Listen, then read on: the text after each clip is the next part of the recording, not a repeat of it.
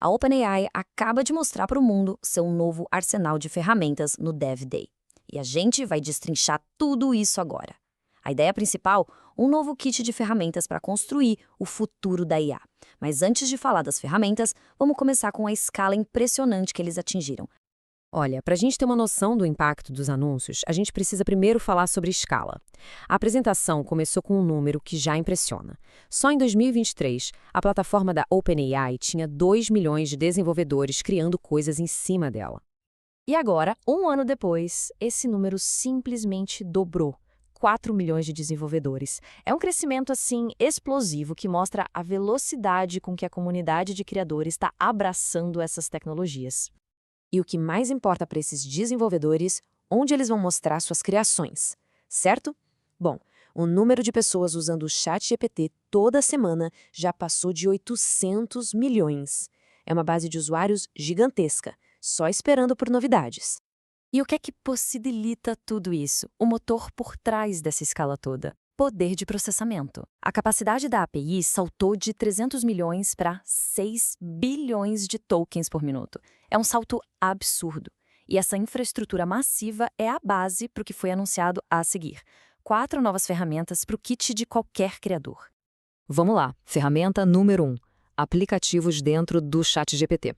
A primeira grande novidade é um jeito completamente novo de integrar aplicações direto na conversa. E olha, isso aqui vai muito além de só conectar com um serviço externo. É um SDK novo, feito para construir aplicações que são interativas e personalizadas e que rodam ali nativamente dentro do chat. Basicamente, os aplicativos agora podem conversar de volta.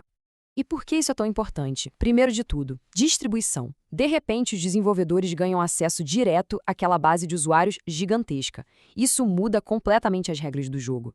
A descoberta de um app novo pode acontecer no meio de uma conversa e ele pode até mostrar interfaces interativas ali mesmo. E tudo isso construído sobre o MCP, que é um padrão aberto. A jornada do usuário foi pensada para ser super fluida. Então imagine a cena. Alguém fala algo como "preciso de uma playlist para festa". O ChatGPT entende e sugere um app, tipo Spotify. E o app do Spotify já abre ali, interativamente, dentro do chat mesmo para montar a playlist. É a ferramenta certa, aparecendo na hora certa. Beleza. Agora, a ferramenta número 2, simplificando a construção de agentes. Se os apps trazem funções para o chat, a próxima ferramenta quer dar mais autonomia para a própria IA. A OpenAI decidiu atacar uma das áreas mais promissoras e, ao mesmo tempo, mais difíceis, a criação de agentes. A promessa dos agentes de IA é enorme, né? Mas a realidade é que muito poucos chegam a ser um produto de verdade. E por quê? Porque os obstáculos técnicos são gigantes. É um processo super complexo que envolve orquestrar tarefas, fazer testes o tempo todo e conectar um monte de ferramentas diferentes. E aí que entra a solução da OpenAI, o Agent Kit. Basicamente, é um conjunto de ferramentas para simplificar radicalmente esse processo. A ideia é trocar aquela orquestração complexa e o mar de código por um construtor visual, fazendo com que a implantação leve minutos e não mais semanas. E o que vem nesse Agent Kit? Bom, tem de tudo para tirar uma ideia do papel e colocar na rua com muito menos dor de cabeça. Tem um construtor visual, uma interface de chat que dá para incorporar em outros apps, ferramentas para avaliar a performance do agente e até um registro de conectores para sistemas de terceiros. E para provar que isso funciona mesmo, eles fizeram uma demonstração ao vivo no palco. Uma das apresentadoras construiu e publicou um agente de IA totalmente funcional para o site do evento. Ela fez tudo isso em menos de 8 minutos. Isso mostra uma mudança radical na velocidade de desenvolvimento. Agora, a terceira ferramenta, Codex, o seu colega de equipe de IA. Depois de simplificar a criação de agentes, o foco agora é na própria escrita de código, com a promessa de transformar a natureza do desenvolvimento de software. O Codex evoluiu. Ele deixou de ser só um escritor de código para se tornar um verdadeiro parceiro de colaboração para equipes de engenharia. E agora é oficial. Ele saiu da fase de pesquisa. A visão aqui não é substituir desenvolvedores, mas sim dar um colega de equipe super poderoso, que acelera o processo inteiro. E os números? Os números são impressionantes. Rodando no novo modelo GPT-5 Codex, o uso diário disparou, aumentando 10 vezes. Os próprios engenheiros da OpenAI, que usam o Codex, estão fechando 70% mais pull requests.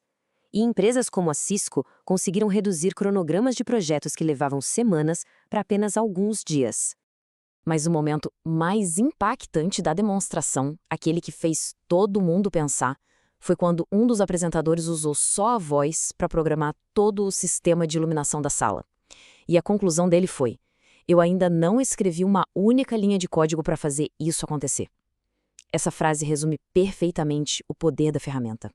Certo, mas qual é a fonte de energia por trás de todas essas ferramentas incríveis?